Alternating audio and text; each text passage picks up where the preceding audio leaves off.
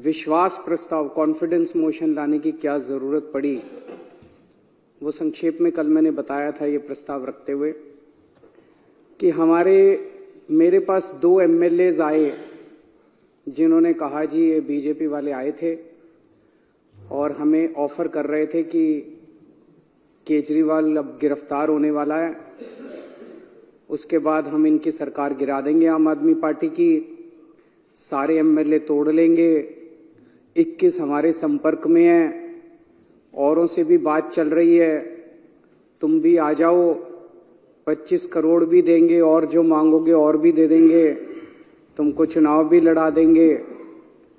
फिर हमने सारे एमएलए से संपर्क किया तो पता चला 21 तो नहीं, इन्होंने 7 एमएलए से संपर्क किया था। आज उनमें से कई एमएलएज ने इस हाउस के अंदर अपनी अपनी दास्तान सुनाई है और बताया है कि उनको अप्रोच किया गया था। जैसा भी मेरे भाई राजेश ने बताया, राजेश गुप्ता जी ने, कि ये कहते हैं सबूत दो। कैसे सबूत दें, किस चीज का सबूत दें? कभी किसी रिश्तेदार के जरिए आ जाते हैं, कभी किसी दोस्त के जरिए आ जाते हैं, आके कहते हैं जी आ जाओ हमारे साथ, अमित शाह से मिलवा देंगे, फलाना कर देंगे। उसकी कोई आदमी कोई टेप रिकॉर्डर जेब में लेके थोड़ी घूमता है कि कोई आएगा और मैं उसको टेप कर लूंगा। किस चीज का सबूत दे? तो मैं एक तो ये कहना चाहता हूं, ये बड़े दिनों से इनको ये लग रहा है कि केजरीवाल को गिरफ्तार कर लेंगे और पार्टी खत्म हो जाएगी। केजरीवाल को तो गिरफ्तार कर लोगे, केजरीवाल की सोच को कैसे गिरफ्तार करोगे?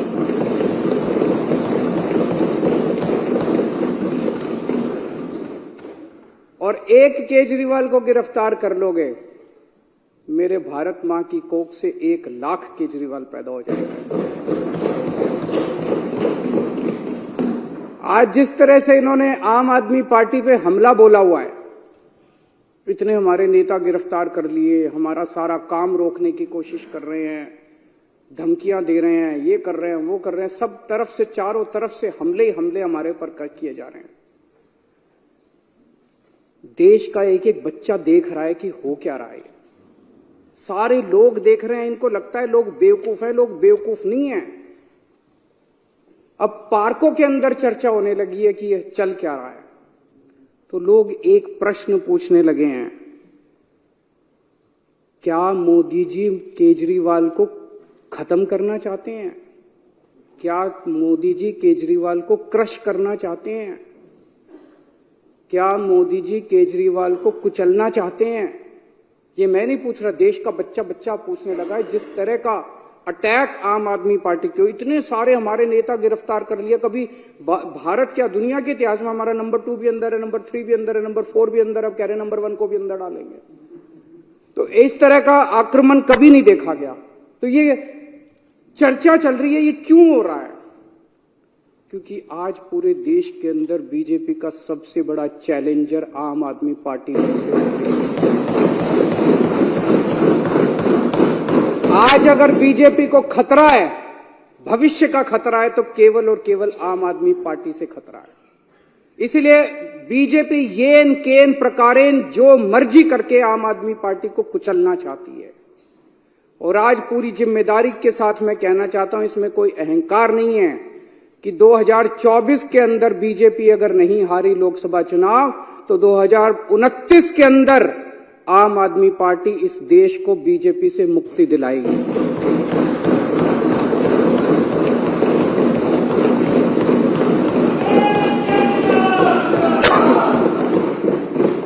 अध्यक्ष महोदय, ये कोई छोटी बात नहीं है। एक छोटी सी पार्टी, 12 साल का बच्चा है, 12 साल पहले ये पार्टी बनी थी। एक 12 साल का छोटा सा बच्चा है ये पार्टी। इस 12 साल के बच्चे ने इतने बड़े बड़े पार्टियों को चने चबा दिए। इस देश के अंदर 1350 पार्टियां रजिस्टर्ड हैं, 1350। उन्हीं में से एक पार्टी आम आदमी पार्टी थी। जब हमारी पार्टी 26 नवंबर 2012 को रजिस्टर की गई थी, रजिस्ट्रेशन के लिए अप्लाई किया था हम लोगों ने। 2012 26 नवंबर आम आदमी पार्टी का रजिस्ट्रेशन आज से 12 साल पहले अप्लाई किया गया था। मात्र 10 साल के अंदर आज तीसरी सबसे बड़ी पार्टी बन गई है पूरे देश के अंदर। बीजेपी और कांग्रेस के बाद तीसरी सबसे बड़ी।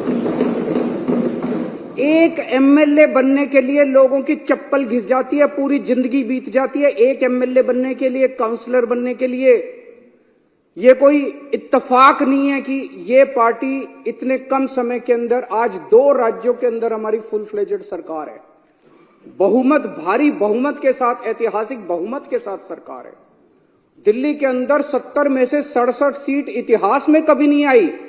पंजाब के अंदर 117 में से 92 सीट पंजाब के इतिहास में कभी नहीं आई। गुजरात के अंदर पहली बार चुनाव लड़े, पहली बार के अंदर हमारे 14% वोट और 5 एमएलए आ गए। गोवा के अंदर पहली बार चुनाव लड़े और गोवा के अंदर हमारे आज 2 एमएलए हैं। ये कोई छोटी बात नहीं है, इतनी छोटी सी पार्टी और इतना बड़ा। और चंडीगढ़ के अंदर तो आपने देखा हमारा मेयर इन्होंने किस तरह से छीन लिया इन लोग। तो ये कोई छोटी बात नहीं है। और मात्र 12 साल के बाद आज नेशनल पार्टी बन गई। तो आज इनको खतरा और डर भविष्य का केवल और केवल आम आदमी पार्टी से है। और ये भी जानते हैं, और फिर मैं दोहरा रहा हूं कि अगर ये 2024 में जीत जाते हैं तो 2029 में बीजेपी को इस देश को बीजेपी से मुक्ति आम आदमी पार्टी दिलाएगी। कुछ लोग ये भी कहते हैं जब चर्चा करते हैं लोगों के साथ, लोगों में, मैं तो ये बता रहा हूं, ये मेरी भावनाएं नहीं है, लोगों की, जनता के अंदर जो चर्चा चल रही है, कुछ लोगों का ये भी कि आम आदमी पार्टी के पीछे इसलिए पड़ रही है, दिल्ली की हार को पचा नहीं पा रहे। याद करो 2014 में मई के महीने में क्या जबरदस्त बहुमत लेके मोदी जी आए थे, क्या जबरदस्त। उसके बाद हरियाणा जीत गए, महाराष्ट्र जीत गए, एक अश्वमेध यज्ञ का घोड़ा चला था। ऐसे लग रहा था जैसे इस घोड़े को कोई नहीं रोक पाएगा। और फिर जब 2015 में ये घोड़ा दिल्ली पहुंचा तो दिल्ली के 2 करोड़ लोगों ने इसको रोक लिया।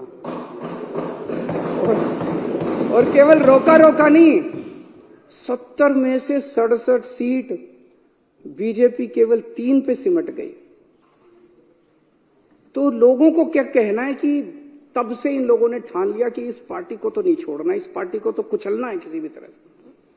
और फिर अक्सर देखा गया इस तरह की नई पार्टियां आती हैं, आंदोलन से निकलती हैं, बनती हैं और फिर एक ही चुनाव में खत्म हो जाती हैं। इनको पूरी उम्मीद थी कि एक चुनाव के बाद हम इतना इनको तंग करेंगे, आने के बाद इन्होंने बहुत तंग किया, हमें काम नहीं करने दिया इन लोगों ने। लेकिन 5 साल के बाद इनको उम्मीद थी चलो 2015 तो जीत गए, 2020 में इनकी सरकार नहीं बनने दें। फिर 2020 के अंदर 70 में से 62 सीट, ये 8 सीटों पे से 2019 में इतने भारी 303 सीट लेके लोकसभा के अंदर जीते, लेकिन उसके बाद दिल्ली के अंदर आके हार गए। तो इनको ये दिल्ली की हार पच नहीं रही। इन्होंने हमें रोकने के लिए क्या नहीं किया, सब कुछ किया इन्होंने हमें रोकने के लिए, कोई कसर नहीं छोड़े इन्होंने हमें रोकने के लिए। लेकिन जो हमारा असली चीज था वो ये, इन्होंने हमारे काम, सबसे बड़ी तकलीफ इनको किस बात की है कि जो काम हम लोग कर रहे हैं इनके पास उसका काट नहीं है। जो काम हम लोग कर रहे हैं ये वो काम नहीं कर सकते। हमने क्या क्या काम किए, हमने पिछले पहले हमारी दिल्ली में सरकार थी, पंजाब में सबसे बड़ा काम किया। दिल्ली में और पंजाब में दोनों जगह बिजली फ्री हो गई और बिजली 24 घंटे हो गई। मैं आज बीजेपी को चैलेंज करता हूं, 30 साल से गुजरात के अंदर तुम्हारी सरकार है, 15 साल से मध्य प्रदेश के अंदर तुम्हारी सरकार है, 10 साल से उत्तर प्रदेश के अंदर तुम्हारी सरकार है। एक राज्य के अंदर बिजली फ्री करके दिखा दो, तुम बिजली 24 घंटे करके दिखा दो। एक राज्य के अंदर इतने बड़े बड़े पावर कट लगते हैं, गुजरात के अंदर, मध्य प्रदेश के, पंजाब के अंदर 1 साल में 0 पावर कट हो गया। दिल्ली के अंदर 0 पावर, 24 घंटे बिजली आती है, फ्री बिजली आती है तुमसे, ना 24 घंटे बिजली आती तुम्हारे राज्यों में, ना 24 ना फ्री बिजली आती। इतनी महंगी बिजली आती है, इतने पैसे लेते हो जनता से। दिल्ली के अंदर हमने और अब पंजाब में कर रहे हैं, शानदार स्कूल बना दिए, सरकारी स्कूलों का काया पलट हो गया। पूरी दुनिया से लोग देखने के लिए आ रहे हैं। पूरी दुनिया के अंदर आज शिक्षा के लिए जाना जाता है दिल्ली को कि स्कूल बड़े अच्छे हो गए, शानदार शिक्षा, हैप्पीनेस करिकुलम। अमेरिका के राष्ट्रपति की बीवी हमारा हैप्पीनेस करिकुलम की क्लास अटेंड करके जाती है। दिल्ली ने देश का नाम पूरी दुनिया के अंदर रोशन किया है। और इनके स्कूलों को उठा के देख लो, गुजरात, मध्य प्रदेश, उत्तर प्रदेश के स्कूलों को उठा के देख लो, क्या हालत बना रखी है। उनके अंदर जानवर घूम रहे हैं, ये टूटी पड़ी हैं, दीवारें टूटी पड़ी है। कितने गरीबों के बच्चों का भविष्य जो है इन्होंने अंधकार में डाला हुआ है। मैं चैलेंज करता हूं बीजेपी को, इतने सारे स्कूल तो छोड़ो, 10 स्कूल तुम अपने गुजरात में, मैं तो इतना घूमा गुजरात में चुनाव पर, एक स्कूल नहीं मिलता था जो इन्होंने ठीक कराओ। 30 साल के अंदर तुमसे एक स्कूल ठीक नहीं हुआ। ये काम तुम नहीं कर सकते, इसलिए इनको तकलीफ है।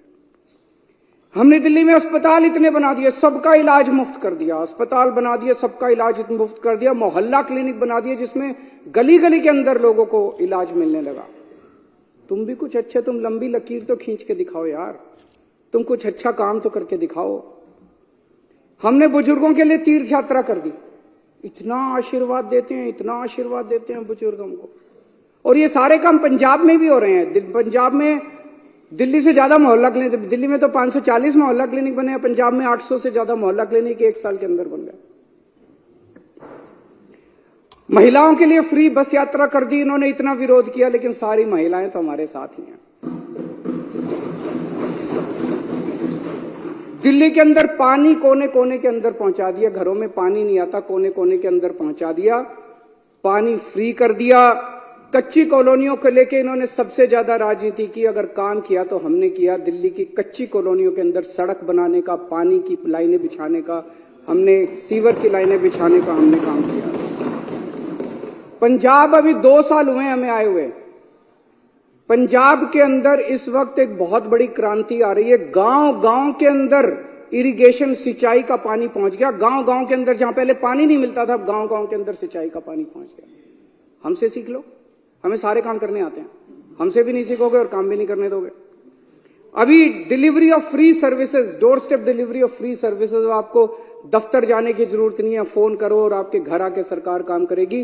दिल्ली में भी लागू हो गया, पंजाब में भी लागू हो गया। इन्होंने दिल्ली के अंदर हमें door step delivery of ration नहीं करने दी, घर घर हम राशन पहुंचाना चाहते थे, इन्होंने दिल्ली में नहीं करने दी, हमने पंजाब में जाके लागू कर दी। अभी 10 दिन पहले मैं उद्घाटन करके आया हूं पंजाब में। हम लोग व्यवस्था बदल रहे हैं, बहुत बड़ा काम कर रहे हैं। और अब मैं आपको बताता हूं जो एक दर्दनाक कहानी है कि इन लोगों ने किस तरह से ये सारे काम रोक, जब इन्होंने देखा कि जो काम केजरीवाल कर रहा है ये काम तो हमसे होते नहीं, ना हमसे स्कूल बनते, ना हमसे अस्पताल बनते, ना हमसे बिजली का काम होता, ना हमसे पानी का काम होता, ना हमसे सिंचाई का काम होता, ना हमसे दलाल खत्म, हमसे और ना हमारी इच्छा, अभी को पैसे कमाने हैं इन्होंने। तो जब इन्होंने देखा ये काम नहीं, तो इन्होंने काम रोकने का काम किया। बड़े दर्द के साथ आज मेरे को कहना पड़ रहा है कि पिछले साल इन्होंने किस तरह से दिल्ली के अस्पतालों के अंदर दवाइयों को रोकने का काम किया। अस्पतालों के अंदर गरीब आदमी अपना इलाज कराने के लिए आता है, अस्पतालों के अंदर बेबस आदमी जिसके पास पैसा नहीं होता, जो अमीरों के अस्पताल में, 5 स्टार अस्पताल में इलाज नहीं करा सकता, वो कराने के लिए आता है। हमने अस्पताल बदले थे, अस्पताल शानदार बना दिए, सारी दवाइयों का सबका इंतजाम किया। इन्होंने अफसरों के ऊपर उनकी हाथ मरोड़ के उन दवाइयां बंद करा दी। इन्होंने टेस्ट बंद करा दिए। मोहल्ला क्लिनिक में 3 महीने तक पिछले साल मोहल्ला क्लिनिक में टेस्ट नहीं हो पाए। इन्होंने पेमेंट रोक दी लेबोरेटरीज की। इतने गंदे और इतने घटिया लोग हैं ये लोग। कोई रोकता है क्या? कहते राम भक्त है। भगवान राम ने कभी नहीं कहा था कि गरीबों की दवाइयां रोको, गरीबों के पाप लगेगा तुम लोगों को। पता नहीं किस मिट्टी के बने हैं, पाप लगेगा आपको। विधुड़ी जी, आपकी पार्टी ने जो ये काम किया दवाइयां रोकने का और टेस्ट रोकने का और सारे अस्पतालों का इलाज रोकने का, गंदी बात है ये। बता के जाना, आप भी रुक जाओ, बता के जाना अपनी पार्टी वालों को क्यों किया उन लोगों ने। दुश्मनी मेरे से है, दुश्मनी केजरीवाल से है। दिल्ली के 2 करोड़ लोगों से क्यों बदला ले रहे हो तुम लोग? एक वो एमटीएस थे, data entry operator, OPD counter पे जब आप सरकार, बैठ जाओ, मैं सारे जवाब दूं, बैठ जाओ 2 मिनट बैठ जाओ, मैंने डिस्टर्ब नहीं किया था। दिल्ली के अंदर जब आप अस्पताल में जाते हो, दवाई की खिड़की पे जाते हो, खिड़की ऊपर एक आदमी बैठा मिलता है रजिस्ट्रेशन करने के लिए, ओपीडी के लिए, ओपीडी का कार्ड काटने के लिए। वो कॉन्ट्रैक्चुअल था, वो डेटा एंट्री ऑपरेटर था। एक दिन एक ऑर्डर पास करके इन्होंने दिल्ली के सारे सरकारी अस्पतालों के डेटा एंट्री ऑपरेटर हटा दिए। अब अस्पताल के अंदर रजिस्ट्रेशन करने वाला कोई नहीं बचा। अरे करना क्या चाहते हो? दिल्ली के लोगों को मारना चाहते हो क्या? एक दिन फरिश्ते स्कीम, कि अगर दिल्ली की बाउंड्री के अंदर किसी का भी एक्सीडेंट होगा उसका फ्री में इलाज किया जाएगा, चाहे प्राइवेट में हो चाहे सरकारी अस्पताल में हो। 23,000 लोगों का हम फ्री में इलाज करा के उनकी जिंदगी बचा चुके हैं। इन्होंने फरिश्ते स्कीम बंद करा दी इन लोगों ने। इतने घटिया किस्म के लोग हैं ये लोग। मेरा दिल रोता है जब मैं ये सारी चीजें, मैं जानता हूं किसी दिन लिखूंगा ये सब कि किस तरह से भारतीय जनता पार्टी के लोगों ने कितने घटिया स्तर के ऊपर इन लोगों ने काम किया है। ये राजनीति होती है, ये राजनीति सत्ता के लिए तुम किसी भी हद तक चले जाओगे, कुछ भी करोगे सत्ता के लिए। अरे मेरे से दुश्मनी है, मेरे को गालियां दे लो यार, दिल्ली के लोगों का इलाज तो मत रोको कम से कम। आप लोगों को लगेगा केजरीवाल झूठ बोल रहा है। भाई सरकार तो हमारी है, फिर ये कैसे रोक सकते हैं? ऐसा मन में आएगा ना कि भाई सरकार तो हमारी है, सरकार तो केजरीवाल की है, फिर ये कैसे रोक सकते हैं? मैं बताता हूं कैसे रोक सकते हैं। सर्विसेज इनके पास है। सर्विसेज का मतलब ट्रांसफर पोस्टिंग, किस अफसर को कहां लगाना है, कहां से हटाना है, किस अफसर के खिलाफ कार्रवाई करनी है। अगर कोई अफसर करप्शन करता है तो उसके खिलाफ कार्रवाई, डिसिप्लिनरी प्रोसीडिंग, विजिलेंस, जेल भेजना, ये सारा इनके पास है। पूरा अफसरशाही के ऊपर और स्टाफ के ऊपर और कर्मचारियों के ऊपर इनका कंट्रोल है। आज मेरे को जो मेरा चपरासी मेरे कमरे में चाय पिलाने आता है, अगर कल वो कह दे मैं चाय नहीं पिलाता, मैं उसकी ट्रांसफर नहीं कर सकता मुख्यमंत्री होके भी। इतनी भी पावर नहीं है मेरे पास। सुप्रीम कोर्ट ने ऑर्डर पास किया, भाई ऐसे सरकार नहीं चल सकती, इनके ऊपर कंट्रोल मुख्यमंत्री का होगा। इन्होंने कानून ला के पास कर दिया कि नहीं, कि मुख्यमंत्री का नहीं होगा, एलजी का कंट्रोल होगा, केंद्र सरकार का कंट्रोल होगा। अब ये क्या कर रहे हैं? एक एक एक एक आईएएस अफसर को बुला के धमकी दी जा रही है। धमकी क्या दी जा रही है कि अगर तुमने इस सरकार का एक भी काम किया, किसी भी मंत्री का एक भी काम किया, तुमको जेल भेज देंगे, तुमको सस्पेंड कर देंगे, तुम्हारे ऊपर झूठा केस बना देंगे।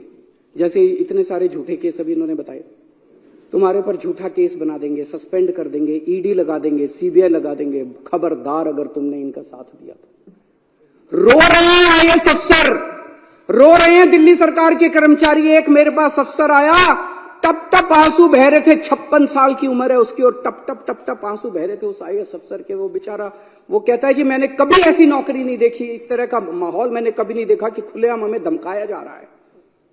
दिल्ली के अंदर, पूरी दिल्ली के अंदर पानी का संकट इन्होंने और सीवर का संकट पैदा कर रखा है। कैसे? आप लोगों ने इस पूरी विधानसभा ने बैठ के बजट पास किया पिछले साल। आपने कहा भाई 5,000 करोड़ रुपए बजट होगा दिल्ली जल बोर्ड का। वो सारा पैसा लेके बैठ गए ये लोग। फाइनेंस डिपार्टमेंट पैसा नहीं दे रहा जल बोर्ड का। 6 महीने से पैसा नहीं मिला जल बोर्ड को। जल बोर्ड चलेगा कैसे? छोटे मोटे रिपेयर का पैसा भी नहीं मिला जल बोर्ड के पास रिपेयर का पैसा भी नहीं बचा।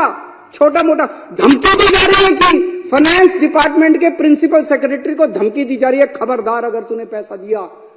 दिल्ली को ये बर्बाद करना चाहते हैं। चारों तरफ सीवर बहने लग गया, पानी का संकट हो रहा है।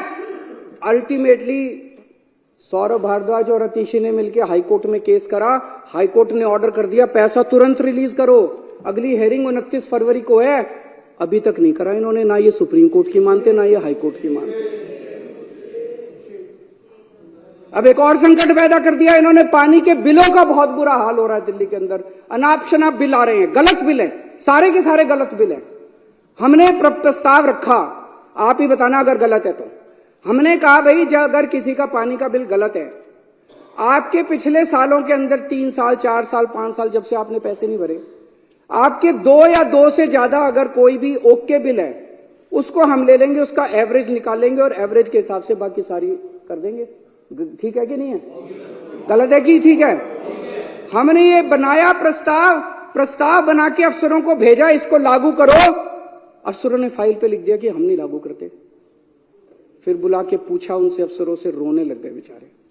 बोले जी कह रहे हैं तुम्हारी नौकरी चली जाएगी, तुमको जेल में डाल देंगे अगर तुमने ये प्रस्ताव पारित किया तो। लेकिन प्रस्ताव तो पारित करा के छोड़ेगा केजरीवाल।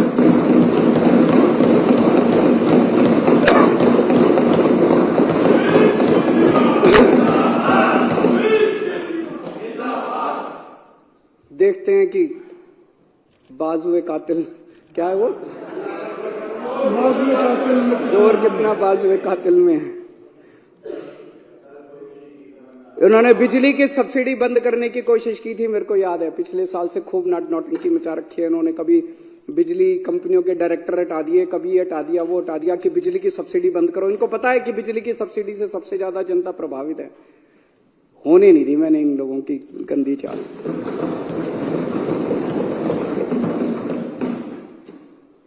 हम बहुत छोटे लोग हैं और हम यहाँ पे देखो तो पता नहीं मुश्किल से 2-4 ही होंगे जो कि पॉलिटिकल बैकग्राउंड से हैं। बाकी तो सारी एक तरह से गलियों में घुमा करते थे हम सारे। हमारी क्या औकात थी, हैं? हाँ, क्या औकात थी हम लोगों की। लेकिन कुछ तो ऊपर वाला चाह रहा है, कुछ तो हमसे करवाना चाह रहा है।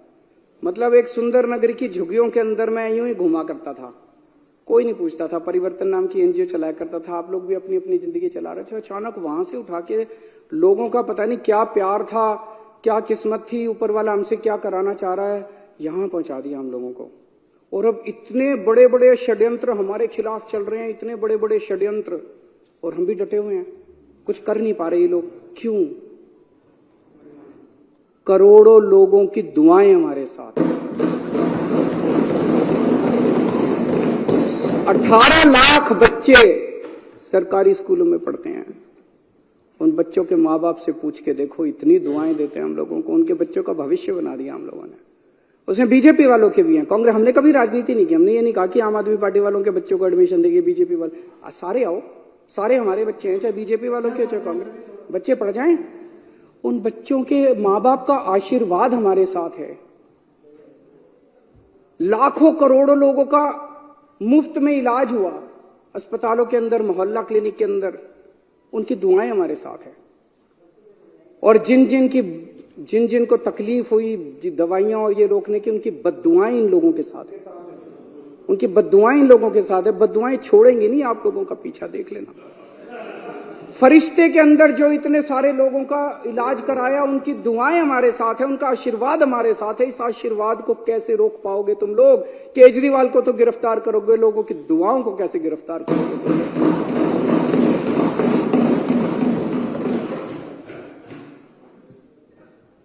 अब ये ऑपरेशन लोटस करने आए हैं। कितने ऑपरेशन लोटस कर लिए? अब तो थकते भी नहीं हो तुम। हमारी दाद तो देनी पड़ेगी तुम लोगों को। हमें क्यों नहीं तोड़ पा रहे ये लोग? हमें क्यों नहीं खरीद पा रहे? क्योंकि हमने कोई गलत काम नहीं किया। दूसरे स्टेट्स के अंदर दूसरे नेताओं जो आपने इतने सारे नाम लिए, फलाना ये फलाना वो, उन लोगों ने गलत काम किए थे।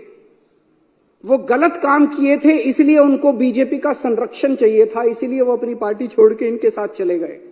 तो एक फॉर्मूला जान लो, अगर कोई व्यक्ति बीजेपी के दबाव में आके बीजेपी में चला जाए, वो चोर है। और अगर कोई व्यक्ति बीजेपी के दबाव के बावजूद बीजेपी में ना जाए, तो ईडी और सीबीआई वाले चाहे उसको जितने मर्जी जेल में डाल ले, वो कट्टर ईमानदार है।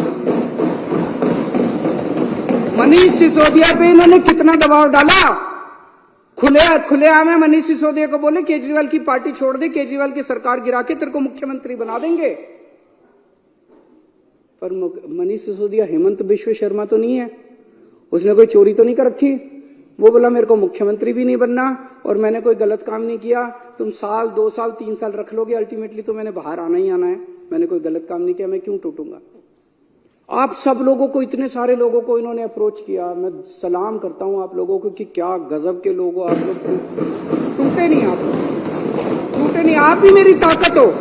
दिल्ली के 2 करोड़ लोग और दिल्ली के जो आप 61 विधायक हो, आप सब लोग मेरी ताकत हो, जिसकी वजह से आज मैं इन लोगों का मुकाबला कर पा रहा हूं। अगर आप में से कई लोग टूट जाते, मेरी भी सरकार गिर जाती। पर आप लोग नहीं टूटे, आप लोग मेरी ताकत हो। सबको कहते हैं बीजेपी ज्वाइन कर लो, बीजेपी ज्वाइन कर लो, और इन्होंने हमें बदनाम करने में कोई कसर नहीं छोड़ी। अभी इतनी बड़ी लिस्ट बताई इन्होंने कि डीटीसी में भी स्कैम हो गया, क्लासरूम में भी स्कैम हो गया, क्या क्या था, पानी में भी स्कैम हो गया, बिजली में भी स्कैम हो गया, राशन में भी स्कैम हो गया, किसी बटन, कोई बटन था बटन में भी स्कैम हो गया, फलाने में भी स्कैम हो गया। मैं एक चीज जानना चाहता हूं, जितने पूरे देश में आज तक एमएलए खरीदे हैं तुम लोगों ने, कितना पैसा खर्च किया उसमें, और वो पैसा कहां से आया, यही बता दो तुम लोग। बस ईमानदारी से इस देश को बता दो कि कर्नाटक में एमएलए खरीदे, मध्य प्रदेश में एमएलए खरीदे, गोवा में एमएलए खरीदे, इधर एमएलए खरीदे, उधर इतना पैसा कहां से लाते हो यार तुम लोग? ये तो खुलेआम है। जब इन लोगों को 25-25 करोड़ दे रहे थे, पता नहीं है मार्केट रेट भी है, मार्केट रेट क्या चल रहा है मेरे को तो पता नहीं। मध्य प्रदेश में क्या रेट चल रहा है, कर्नाटक में क्या रेट चल रहा है। तो ये पैसा कहां से आता है, ये पैसा कहां से आ रहा है? तुम हमारे बटन में स्कैम ढूंढ रहे हो। 12 रुपए का बटन है, बटन में तुम स्कैम ढूंढ रहे हो। अरे तुम्हारे करोड़ों रुपए एक एक एमएलए पे 50-50 करोड़ रुपए खर्च कर दिए। ये पैसा कहां से आ रहा है, ये तो बता दो इस देश के लोगों को।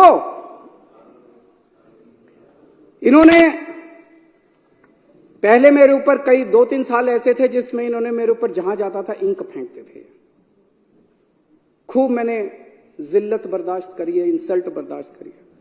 फिर 2-3 साल पे इन्होंने कभी कोई अटैक, कभी थप्पड़ मारते थे, कभी मिर्च डाली। एक बार इन्होंने मेरे दफ्तर के अंदर घुस के इन्होंने जूते मारे मेरे को।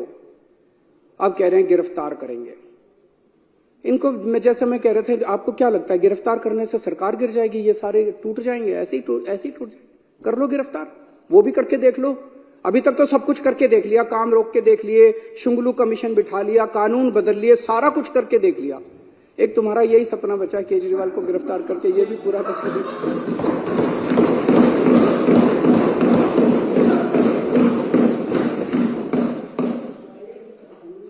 अभी तक तुमने इतनी रेड मारी, एक भी नेता के खिलाफ इसके ऊपर मुकदमा चलना चाहिए। बीजेपी वालों के ऊपर ऐसे ही रेड मार रहे घुस जाते हो किसी के घर भी। कोई कानून नियम है, कायदा है या नहीं है, संविधान है या नहीं है? मनीष सिसोदिया के यहां इतनी रेड मारी, आप लोगों में से कितने एमएलए के यहां रेड मारी, सत्येंद्र जैन के यहां रेड मारी, संजय सिंह के यहां रेड मारी, कहीं कुछ एक नया चवन्नी मिली? एक पैसा नहीं मिला।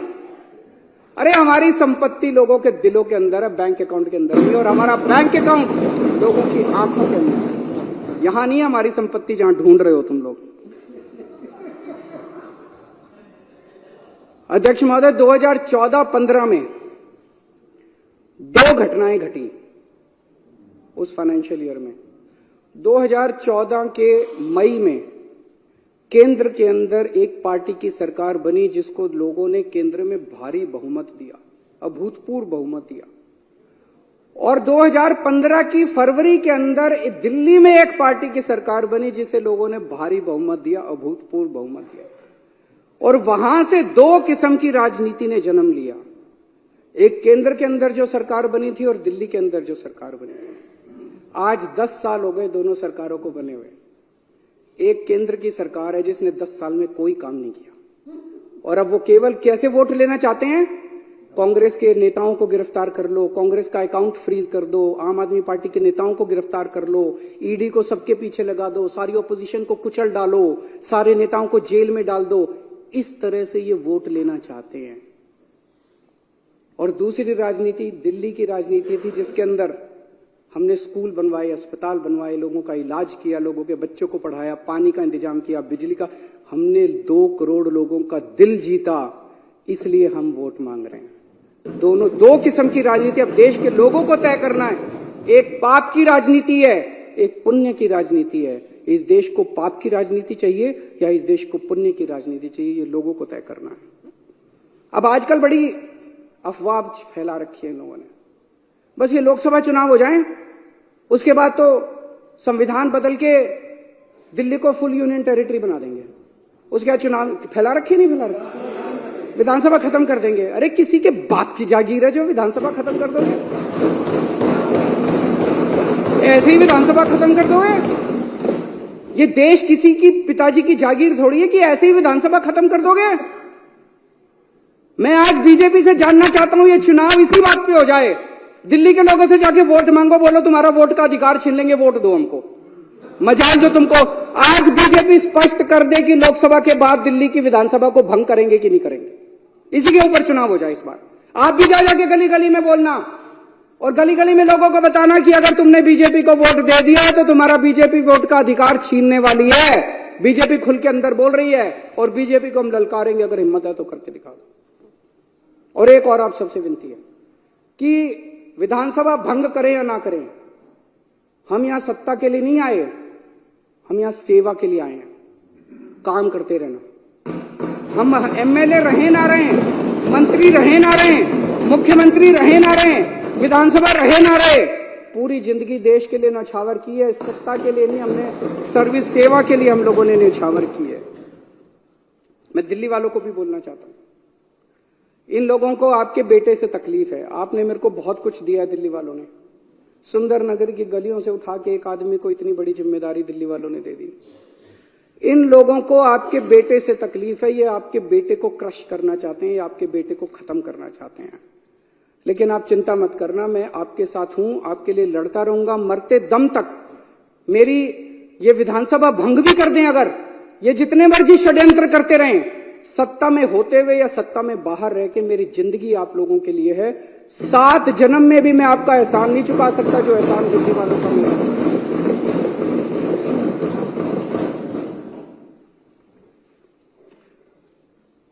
बीजेपी वाले राजनीति में सत्ता के लिए आए हैं, उनके लिए ये सत्ता की लड़ाई है, हमारे लिए ये सेवा की लड़ाई है।